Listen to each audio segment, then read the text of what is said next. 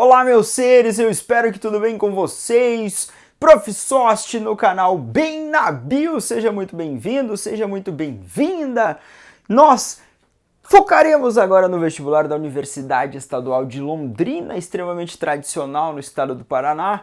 A nossa querida UEL é muito concorrida, tem um campus aí fantástico para você estudar e fazer a sua futura carreira universitária. Então vamos pensar na biologia agora na Universidade Estadual de Londrina. Esse vai ser o nosso primeiro encontro. Sorteei alguns assuntos aqui que foram questões que eu vou resolver da prova de 2018. Então nós temos lá na UEL uma etapa que era assim geral e depois provas específicas. Por causa da pandemia isso foi mudado, assim como em muitas universidades. Então agora nós temos apenas uma fase, questões de múltipla escolha, e geralmente na UEL você vai ter lá um tema da prova. Então, ano passado ou na última edição, o tema foi fronteiras. Faremos questões futuramente sobre esses temas. As questões de hoje, desse encontro, dessa aula com o Sost, são de 2018, do tema desencanto. Na verdade, tinha um des entre parênteses, depois encanto,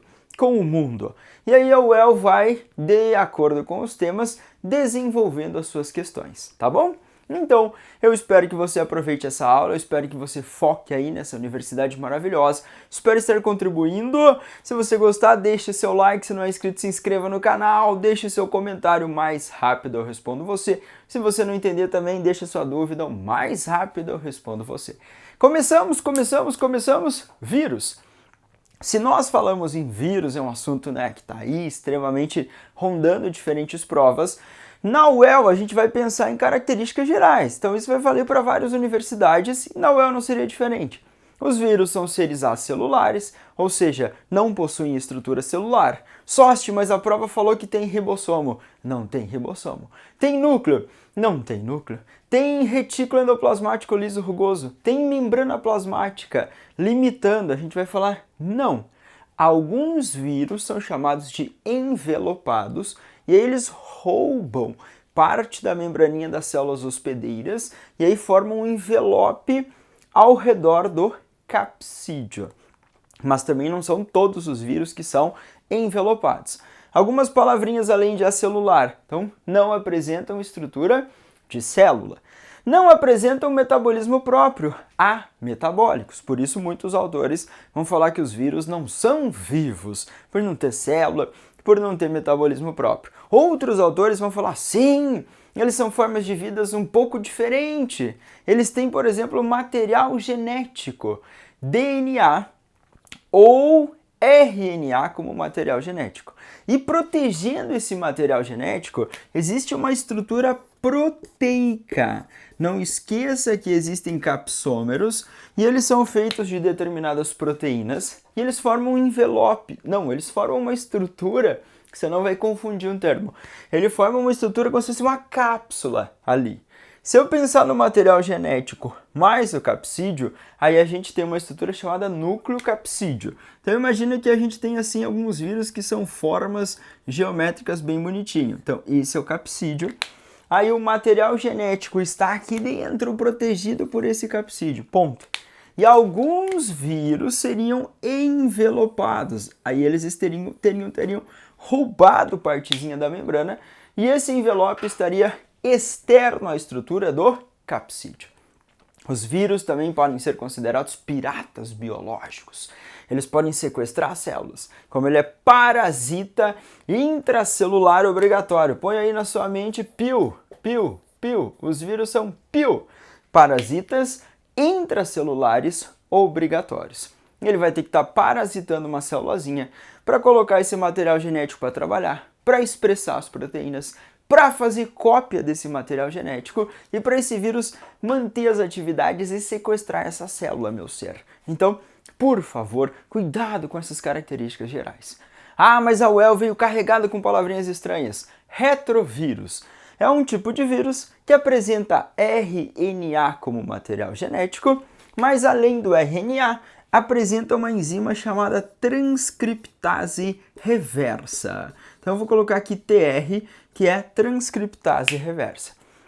A transcriptase reversa é uma enzima que usa uma fita lá do RNA para montar um equivalente do DNA. Então ela faz uma transcrição ao contrário. Você lembra que transcrição, a informação sai do DNA e vai para o RNA. Na transcrição reversa, ou ao contrário, você tem uma fita de RNA e ela serve de molde para a produção de um DNA. Então, a transcriptase reversa vai executar esse papel. Um exemplo clássico é o vírus HIV, causador da AIDS. Então, nós teremos esse pensamento para essa palavrinha estranha. Sóste, mas eu confundo com arbovírus. Retrovírus são vírus que têm RNA e transcriptase reversa. Arbovírus são vírus transmitidos por artrópodes. Por exemplo, a dengue, a zika, são vírus que causam essas doenças, elas são viroses, e o mosquitinho Aedes aegypti pica e faz a transmissão desses vírus. Então, as arboviroses ou os arbovírus são vírus transmitidos por artrópodes. E o Aedes aegypti é um inseto, classe insecta, filo artrópoda. Então, a gente tem essas palavrinhas chatas. Na minha prova apareceu lá RNA cadeia positiva. Os vírus de RNA eles podem ser retrovírus, eles podem ser vírus de RNA cadeia positiva, que o vírus tem uma sequência do RNA, e nessa sequência do RNA ele consegue organizar a síntese de proteínas. Então nós temos, por exemplo, o vírus causador da Covid-19 como um vírus de RNA fita cadeia positiva. Ele tem uma sequência de RNA e essa sequência é o RNA mensageiro dele. É o RNA que vai orientar, botar os aminoácidos na proteína. Um vírus de RNA cadeia negativa, ele tem a sua fita, ele precisa de uma fita complementar. Então, esse RNA complementar é que vai orientar a produção de proteínas. O vírus causador da gripe, por exemplo, é um vírus de RNA cadeia negativa.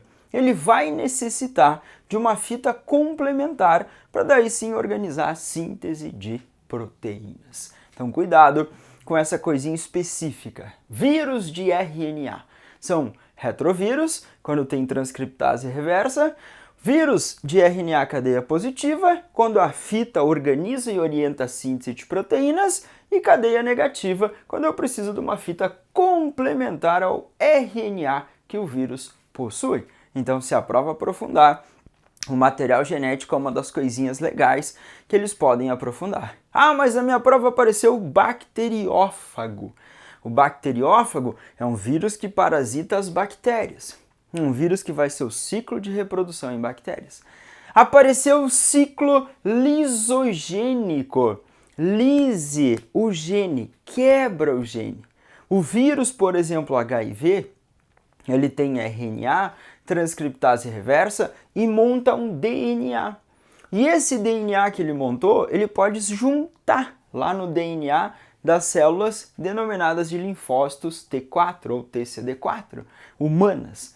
E aí, quando a célula vai fazer mitose e se multiplicar, a informação genética do vírus também é copiada. Então, olha que malandrinho. A gente chama de provírus, quando você tem esse DNA viral que se incorporou ao DNA da célula e quando ela multiplica, ela carrega essa informação para formar novos vírus. Vírus malandrinho, piratas biológicos. Então, ciclo lisogênico, quebra o gene, incorpora o DNA lá. Vírus de DNA, vírus que tem RNA e transcriptase reversa para montar o DNA, vão poder fazer esse tal de provírus. Ou os bacteriófagos formando profago, ele colocando o DNAzinho dele lá junto com o DNA da bactéria. Agora, tem um ciclo chamado lítico. O ciclo é lítico quando ele rompe a célula hospedeira e dispersa ali as novas partículas chamadas de vírions. Partículas virais não infecciosas ainda. Então, cuidado com esses detalhes. Eu sei que você lembra das características gerais, E, obviamente, eu citei aqui algumas viroses. Canta a musiquinha: sarampo, raiva, hepatite, rubéola, poliomielite. A gente contrai por vírus. Algumas doenças mais estranhas: dengue, zika, AIDS, a gripe, a covid, são viroses. Ou seja, meu ser de luz, doença causada por vírus. Então, cuidado, muito cuidado. No teste, depois eu especifico algumas coisas e faço lembrancinhas, tá?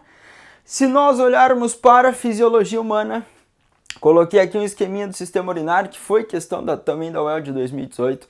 A prova da última edição teve sistema nervoso. A gente vai ver outra revisão que tem sistema endócrino. Então vira e mexe aí, aparece algo de fisiologia na prova da UEL. Uma prova muito boa, muito bem elaborada e muitas vezes muito bem específica. Então você vai olhar para um sistema urinário. Você tem 2 rins e os nossos rins têm forminha de feijão. Estão localizados no nosso abdômen. Nós somos mamíferos, esses rins são chamados de metanéfrons. E esse rim filtra somente o sangue. Quando ele filtra o sangue, a gente vai ver a produção da urina. Então o nosso rim é o carinha que produz a urina. A urina vai ser conduzida aqui para os ureteres. E dos ureteres, a urina vai ser armazenada na bexiga. Então a gente tem o caminho mais ou menos bonitinho para seguir, para você lembrar, obviamente, rim. Depois, essa unidade, esse tubinho que leva até a bexiga, o ureter, a bexiga urinária, que armazena temporariamente a urina, e depois a uretra, que vai permitir a saída para o meio externo. Os 2 rins, proporcionalmente, eles são muito, mas muito vascularizados. Então a gente tem uma coisinha chamada débito cardíaco. Os ventrículos fazem a sístole e ejetam o sangue nas artérias. E proporcionalmente os nossos rins recebem muito desse sanguinho. E quando ele recebe muito desse sangue, ele vai promover a sua filtração. Nós teremos palavrinhas legais, como filtração. O F, que está aqui embaixinho, é de filtração. O R é de reabsorção. E o S é de secreção. Então nós teremos filtração, reabsorção e secreção para formar uma tal de urina. Você vai colocar na sua mente que a nossa urina é igual filtrar menos reabsorver mais secretar. Filtrar menos reabsorver mais secretar. Vamos desmistificar isso? Vamos! Nós temos uma artéria chamada aorta, sai lá do ventrículo esquerdo, os vasos, um dos vasos aí mais famosos e importantes do seu corpinho. Essa aorta curva para a esquerda, na sua porção descendente, na região abdominal, ela se ramifica e dá origem às artérias renais. Na artéria renal, nós teremos uma ramificaçãozinha dela formando arteríolas aferentes. Então essa arteríola aferente traz o sangue. O sangue vai chegar sob pressão. O coração fez sístole, ejetou o sangue na artéria. O sangue vai bater aqui, puf, puf, puf, puf. E a parte líquida vai extravasar.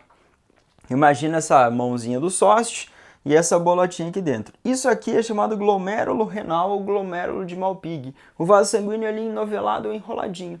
E aí a mãozinha abraça assim. Puf, bate ali e a parte líquida do sangue extravasa. Você lembra que a parte líquida do sangue chama-se plasma? E ali você tem água, sais, vitaminas, ureia, ácido úrico. Você tem outras substâncias como vitaminas. Você tem um monte de coisinha aqui que vai extravasar. A cápsula é o local da filtração. Então, por favor, cuidado com a especificidade. A cápsula é o local de filtração. Nós temos aqui a formação do filtrado. Nesse filtrado eu vou ter água, eu vou ter sais, eu vou ter ureia, eu vou ter glicose, eu vou ter vitaminas, eu vou ter aminoácidos. Nesse filtrado não tem glóbulo branco, não tem glóbulo vermelho, não tem plaqueta, não tem proteína de elevado peso molecular. Porque o filtrado, ele, como o nome sugere, passou por um filtro. Então essa cápsula funciona como um filtro ali, limitando o tamanho das coisinhas que passam. Então o sangue bateu, puf, é como se ele batesse no filtro. Imagina fazer o café. Peguei o coador, peguei o filtro, coloquei ali o pó e joguei a água. O café, a partícula, vai ficar presa no filtro e vai sair só o líquido lá. Então essa cápsula funciona como esse filtro. E aí filtrou. Agora, o que foi filtrado aqui dentro vai passando no interior desse tubinho. Parte vai voltar para a corrente sanguínea, então isso é reabsorver. A reabsorção pode ser ativa, quando gasta energia, ou passiva. Quando reabsorve água, por exemplo, na osmose, você não tem gasto energético. Então tem reabsorção ativa, tem reabsorção passiva, mas reabsorver significa volta para o sangue, volta. Porque esse vaso sanguíneo ele vai voltar aqui e ele vai se enrolar demais no néfron. Vai emaranhar todo, eu não fiz aqui para não ficar feio. E aí parte disso volta para o sangue, então esse voltar é a reabsorção. Isso aqui é túbulo contorcido proximal, isso aqui é alça de Henle ou alça néfrica, túbulo distal e ducto coletor. Aqui nesse ducto coletor é onde a gente vai ver a excreção, é onde a gente vai ver a saída da nossa querida amiga urina. Quando eu coloquei o S significa secreção. Então, filtrar menos reabsorver, ou seja, o que voltou para o sangue, mais o que é secretado. Secretar é forçar a saída, é convidar a se retirar. Então, eu posso secretar íons H+, eu posso forçar a saída desses íons H+. E a nossa urina geralmente tem um pH que pode oscilar de 5 a 8. Geralmente, ela é levemente ácida. Se a gente faz um exame de urina, tem lá propriedades, características, porque o nosso rim vai contribuir para a manutenção daquele pH do sangue entre 7,35 e 7,45 no nosso plasma. Principal órgão que influencia nesse controle de 7,35 e 7,45 são os pulmões, garantindo, segurando CO2 ou jogando para fora. Mas os nossos rins, eliminando esses íons H+, também fazem a contribuição.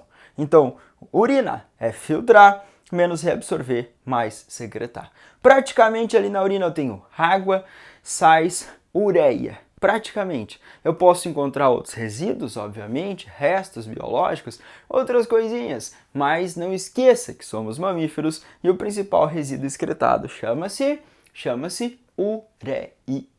Somos ureotéricos. Depois na questão, falam em alguns detalhezinhos pequenos de nós dois, mas por favor, rim. Cada rim humano, mais de 1 milhão de néfrons, que são as unidades filtradoras do rim. Arteríola aferente, glomérulo renal, arteríola eferente. A aferente entra, a eferente sai e o sangue continua. Cápsula de Bowman ou cápsula néfrica, túbulo contorcido proximal, alça de Henle ou alça néfrica, túbulo distal e ducto coletor. Tá bom? Então cuidadinho com esse esqueminha. Dentro da ecologia, vai que o tema da prova 2022 é energia. Um mundo sem poluição. Um mundo com energia limpa. Enfim, eu chutando, mas ao longo dos nossos próximos encontros vou falando outros temas que já apareceram e fazendo outras questões. Mas, ecologia, eu boto fé que o tema desse ano é meio ligado a ela. Se nós olharmos para a ecologia, eu vou ver uma fonte luminosa. Então olha para o esqueminha. Quando você bate o olhinho no esqueminha, essa fonte luminosa, vai ser essencial para garantir a produtividade. Eu estou aqui representando os vegetais. O milho é um ser fotossintetizante, ocupa o primeiro nível trófico. O milho é um produtor. Muito bem. O milho serve de alimento para a lagarta. A lagartinha, ela ocupa o segundo nível trófico. A lagartinha é um consumidor primário ou de primeira ordem. Parte do que a lagartinha ingeriu, ela vai usar para sobreviver, para construir os seus tecidos corporais, para gerar ATP, ter o seu gasto energético. Parte construir os tecidos corporais, construir um tecido gorduroso dela, com o tecido muscular. Aí vem o passarinho e comeu a lagartinha. ele vai receber esses compostos orgânicos. O nosso pássaro é o terceiro nível trófico e ele é um consumidor secundário ou de segunda ordem. Consumidor secundário ou de segunda ordem que ocupa o terceiro nível trófico. Então eu tenho a minha organização da cadeia: produtor, primeiro nível; consumidor primário, segundo nível trófico; secundário, terceiro nível trófico. E aqui, todas as setinhas convergindo para o D. Ah, você lembra que os decompositores são os fungos, são as bactérias, são micro-organismos. A Federal do Paraná resolveu chamar de microbiota do solo. A microbiota do solo é o conjuntinho de micro-organismos que habitam ali esse solo, que farão parte. Esses seres aqui, eles liberam enzimas, eles convertem compostos orgânicos em inorgânicos, eles farão o fenômeno da decomposição, permitindo a reciclagem da matéria. A matéria é cíclica. Então esse ser é fotossintetizante, ele produz compostos orgânicos durante a fotossíntese. Mas Sost e Auel historicamente falam em produtividade. É verdade. Quando o milho faz fotossíntese, a gente vai usar assim: o milho fez fotossíntese, eu estou no primeiro nível trófico. Então eu tenho produtividade primária bruta. PPB, produtividade primária bruta. Produtividade primária bruta, no seu cérebro vai aparecer como a taxa de F, que é a taxa de fotossíntese. Tudo bem? Então aquilo que a planta conseguiu converter. A fotossíntese consiste na conversão da energia luminosa em energia química. Então eu vou produzir compostos orgânicos. Produtividade primária bruta, taxa de fotossíntese. Agora, nós teremos um gasto durante a respiração, que geralmente a gente representa pela respiração celular, através da produção de CO2, do consumo de compostos orgânicos. Na ppl você vai ter a fotossíntese menos a respiração. O que é ppl? Produtividade primária líquida, porque nós estamos no primeiro nível trófico. Então, no primeiro nível trófico eu tenho taxa de fotossíntese que representa aquilo que a planta produziu. Produtividade primária bruta.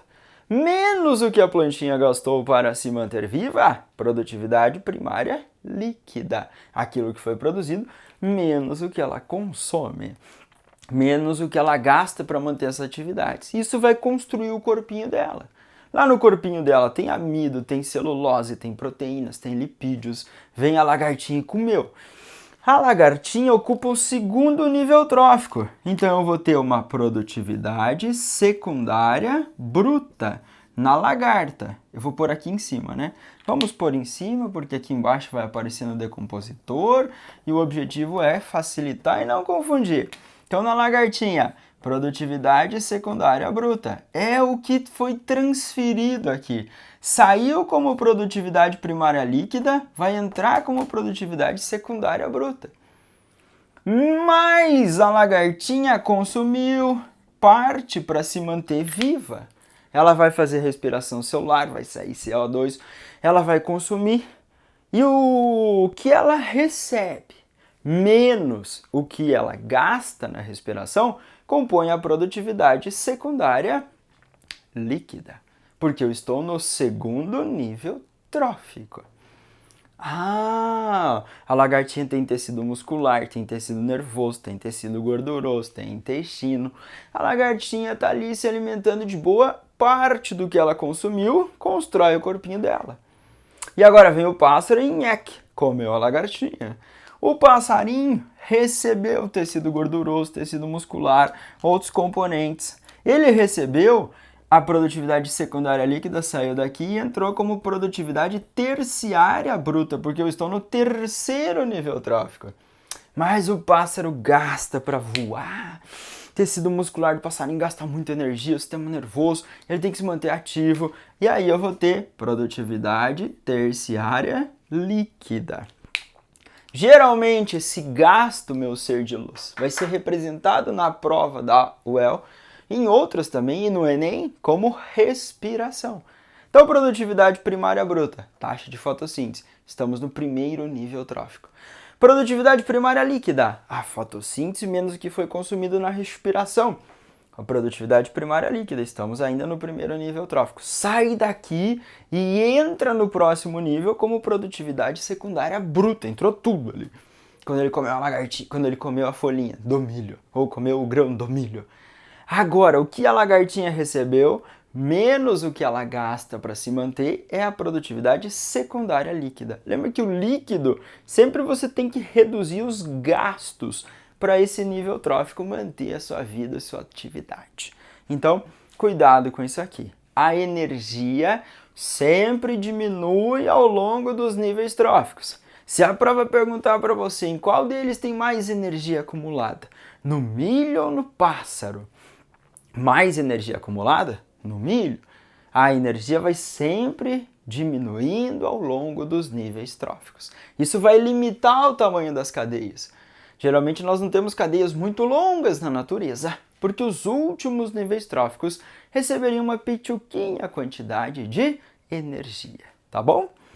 E outra coisa que eu separei aqui, ciclo da água. A questão que eu vou abordar com você, ela vai trazer várias palavrinhas. Já que nós temos um ciclo, caiu na UEM, cara. A UEM me cobra ecologia e me cobra o ciclo da água. Mas assim, algumas informações. Como eu acho que um tema vai ser próximo à ecologia, vai que aparece alguma coisa. Dentro da ecologia, nomezinhos estranhos, tipo pegada hídrica. Geralmente deriva lá das ideias de pegada ecológica. Quanto custa para produzir um pincel assim em água? Quanto o seu smartphone, o seu computador, ou não sei, o seu tablet, eu não sei por onde você está me assistindo, mas quanto foi consumido em água? Para produzir 1 kg de café açufanate por café, gastamos aproximadamente 19 mil litros de água. Uma calça jeans entre 6, 7, 8 mil litros de água. Então isso a gente vai chamar de pegada hídrica. Um rolê bem intenso para a gente tentar materializar assim, o quanto de água foi consumido para produzir as coisinhas. Falo para meus alunos em sala de aula, uma folhinha de sulfite que a galera amassa às vezes joga ali por nada. 11 litros de água para a produção. Então, a gente tem esse rolê. A água, você lembra do ciclo da água? Evaporação, evapora, ou evaporação. Geralmente, energia luminosa, sol, bateu aqui, a água vai evaporando, vai evaporando. Subiu, maior altitude, condensa, condensação. E aí volta na forma de chuvinha, blu, blu, blu, blu, blu, blu. Precipitação. Pode voltar na forma de neve, se eu for em algum lugar, tipo em geleiras, mas eu vou deixar de fora aqui.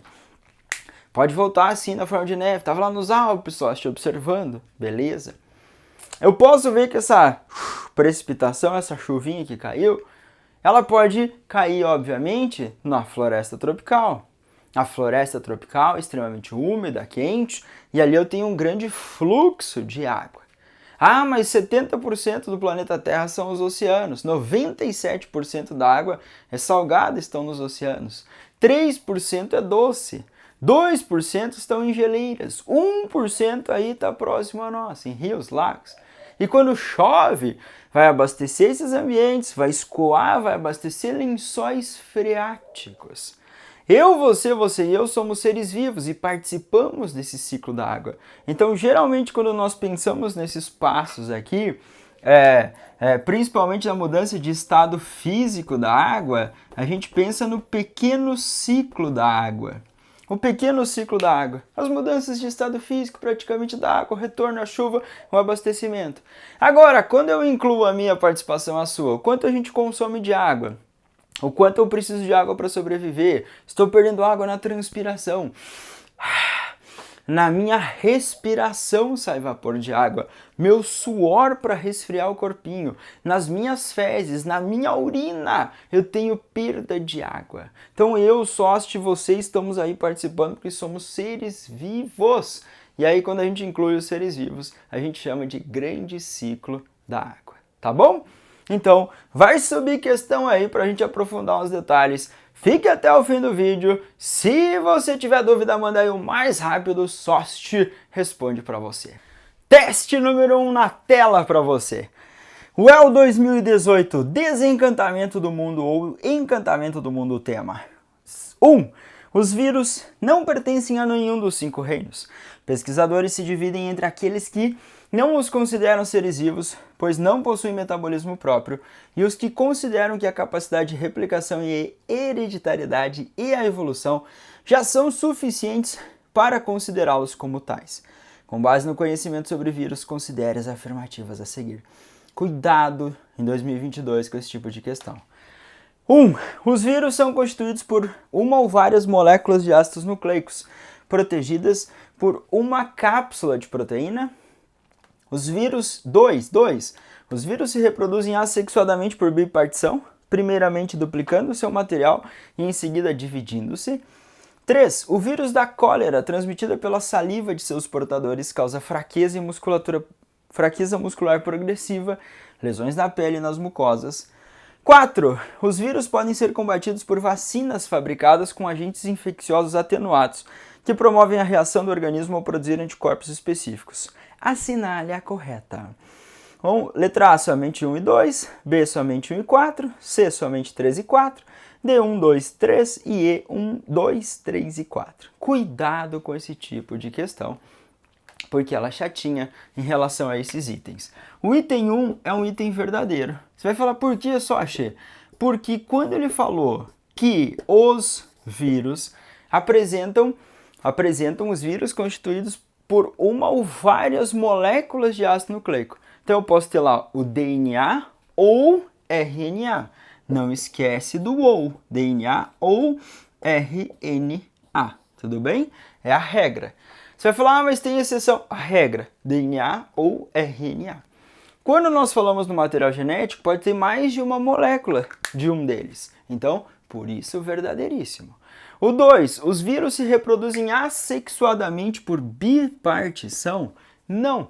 A bipartição é comum ou cisparidade em amebas, que são unicelulares e eucariotos, em bactérias, que são unicelulares e procariotos, tá? Então, os vírus, o mecanismo de reprodução, um dos termos usado é montagem, a forma desse mecanismo de reprodução viral.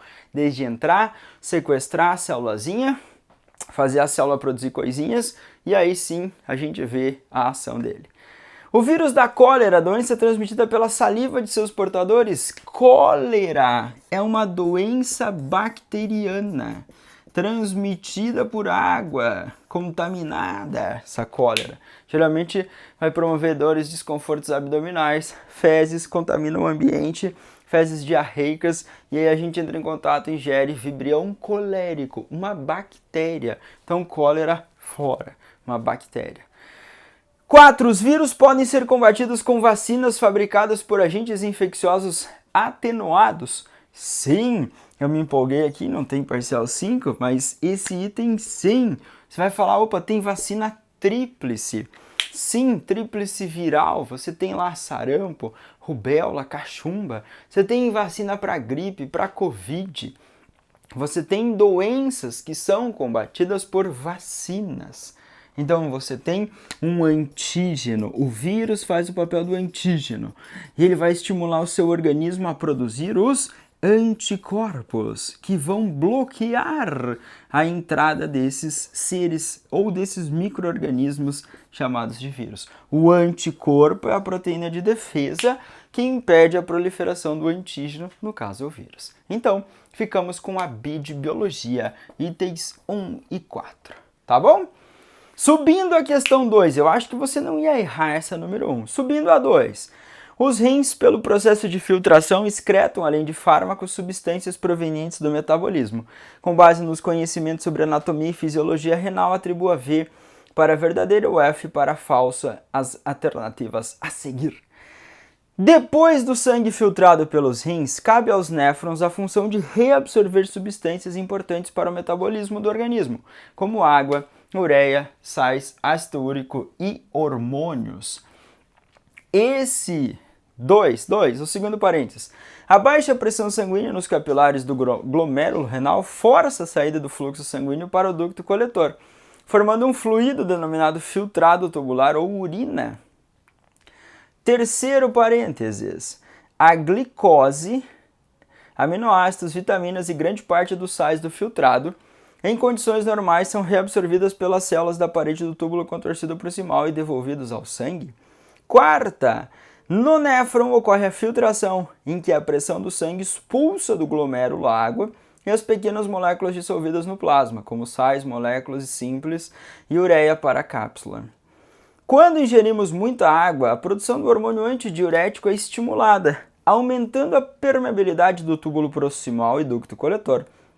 Assinale a alternativa que contém de cima para baixo a sequência correta. Então vem para cá, o item 1.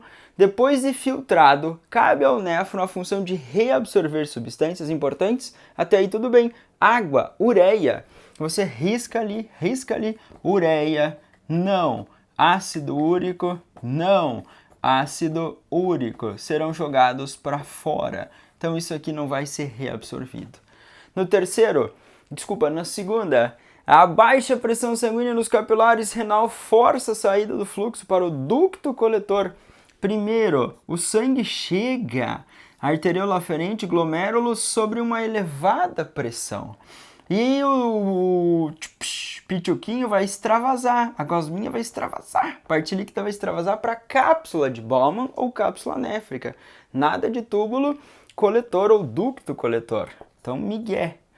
Terceiro parênteses. A glicose, os aminoácidos, as vitaminas e grande parte dos sais do filtrado em condições normais são reabsorvidas pelas células do túbulo contorcido proximal, lá naquele Rzinho que a gente colocou, lá no néfron, no túbulo contorcido proximal. Geralmente a gente põe um Rzinho para essa lembrança. Pode ocorrer reabsorção no restante? Pode, sorte, não tem problema. Porém, aqui ele está dizendo que está ocorrendo ali. Tá show de bola, tá verdadeira. Quarto parênteses, no néfron ocorre a filtração, em que a pressão do sangue expulsa água e pequenas moléculas dissolvidas no plasma, como sais, moléculas orgânicas simples e ureia para a cápsula, tipo aminoácido, vitamina, é molécula orgânica simples, extravasou para a cápsula. Sim, e aí vai seguir o seu trajeto. O quinto item dessa questão. Quando ingerimos muita água, a produção do hormônio antidiurético é estimulada. Por favor, faz um coração aqui, ó. Muita água, faz um coração, menos ADH ou vasopressina. Você vai fazer mais xixi. O ADH, o antidiurético, é o hormônio anti-xixi.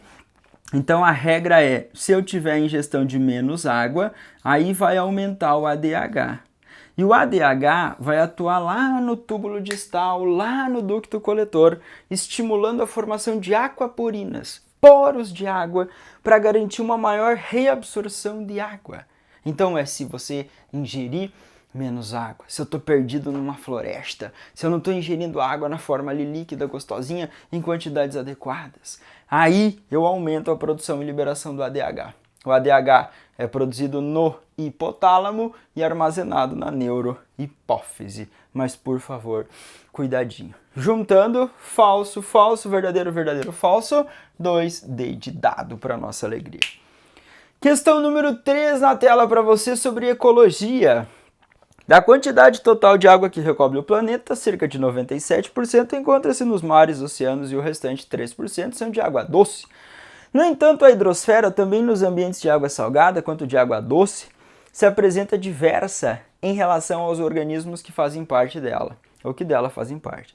Com base nos conhecimentos sobre a hidrosfera, assinale a correta. A hidrosfera é a massinha de água, a atmosfera é a massinha de ar e a litosfera de solos, terra. Letra A. Do vapor de água oriundo de áreas continentais, mais de 90% origina-se da evaporação direta do solo e o restante se dá pela respiração das plantas. B. A região bentônica dos ecossistemas marinhos caracteriza-se pela intensa penetração da luz, alta atividade fotossintética, grande disponibilidade de nutrientes e muitos animais. C. O acúmulo de partículas na água de rios e lagos aumenta a penetração de luz, o que implica aumento da biodiversidade de espécies fotossintetizantes aquáticas. A eutrofização indica que um determinado ambiente aquático alcançou seu clímax, porque nele são encontradas situações favoráveis para o desenvolvimento das mais diferentes tipos de seres vivos. E os néctons constituem um grupo de organismos aquáticos, do qual fazem parte os animais com capacidade de deslocamento e natação, como moluscos, cefalópodes, peixes, golfinhos, tartarugas e baleias. Letra A, a mais bonita, tá errada. Por quê? Porque as plantas perdem água para o ambiente pela transpiração. Então você tem uma grande parte da água assim que vai evaporar dos solos, dos rios. Essas quantidades ele colocou 90%. Isso é variável, depende do ambiente que eu estou analisando. Mas tem um erro gritante lá que não é respiração. E o restante se dá pela respiração das plantas. A transpiração, perda de água na forma de vapor. Nós, você, na nossa respiração, a gente joga para fora o CO2, a gente perde vapor de água porque está tudo úmido ali dentro. Então a gente perde um pouquinho. Mas nas plantas, o fenômeno é a transpiração. Na verdade, é a evapotranspiração da floresta. Parte da evaporação, lá o processo físico, e aí parte, obviamente, lá da transpiração estomatar. E transpiração cuticular, que a planta não consegue controlar, mas a estomatar sim. Na B, a região bentônica é no fundo, tchê. Se bentônica é no fundo, puxa uma seta aí no seu cérebro, no fundo bentônico. Se é no fundo, não vai penetrar muita luz, então é migué. O acúmulo de partículas na água aumenta a penetração de luz, tipo choveu, lixiviou o solo, lavou o solo, levou partícula do solo para dentro do riozinho. Vai entrar mais luz? Não, porque a água vai ficar turva. Vai ter uma turbidez maior, vai ter muita partícula lá. E aí não vai entrar, e aí vai reduzir a entrada de luz. D de dado. A eutrofização indica que determinado ambiente aquático atingiu seu clímax? Nunca! Eutrofizar significa aumentar a quantidade de nutrientes na água. E aumentando os nutrientes da água, você lembra que vai reduzir lá no final a quantidade de oxigênio disponível. No ambiente eutrofizado eu tenho muito nutrientes, prolifera micro-organismos aeróbicos. Isso vai fazer com que reduz consideravelmente a quantidade de oxigênio dissolvido. Isso vai dar ruim, vai promover aquele desequilíbrio no ambiente aquático. E a última que sobrou, os néctons constituem um grupo de organismos aquáticos, do qual fazem parte os animais com capacidade de deslocamento e natação, como moluscos, cefalópodes, peixes, golfinhos, tartarugas e baleias. Nécton, verdadeiro, que nada. Nécton, nadar. Então, isso aqui é de escola. Você vai olhar para cá. Plâncton, fitoplânctons ou plâncton flutua. São micro-organismos ali e vão no rolê da corrente. O nécton se desloca, tem movimento ativo de deslocamento, como os seres citados. Os bentons vivem no fundo e eles podem ser sésseis, fixos ou errantes, rastejar lá no fundo, se deslocar. Então, sim, de uma maneira geral, a gente tem essa classificação aí, tá bom? Passamos por 3 áreas da biologia, uma área maravilhosa aqui de vírus, uma outra área de fisiologia e de ecologia. Espero que você tenha gostado e entendido. Deixe seu like e também sua dúvida aí, o mais rápido o Soch responde para você. Abração, meus seres, bom estudo a todos e vamos gabaritar essa UEL. Tchau, tchau!